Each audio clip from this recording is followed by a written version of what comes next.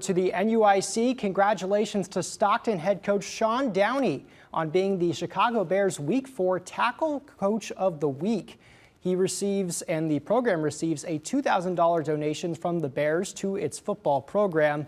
The Blackhawks are off to their best start since 2016 and knocked off perennial powerhouse Lena Winslow 38-14 in Week 2. Daniel, an amazing accomplishment, and great that the Bears are helping out local schools in the area. Absolutely. Hey, maybe they could put the coach in there for this Sunday's game. Maybe replace Jalen Johnson for the week? Yes, maybe, and they'll need it against the Raiders for sure. No doubt about that. Still to come, a last look at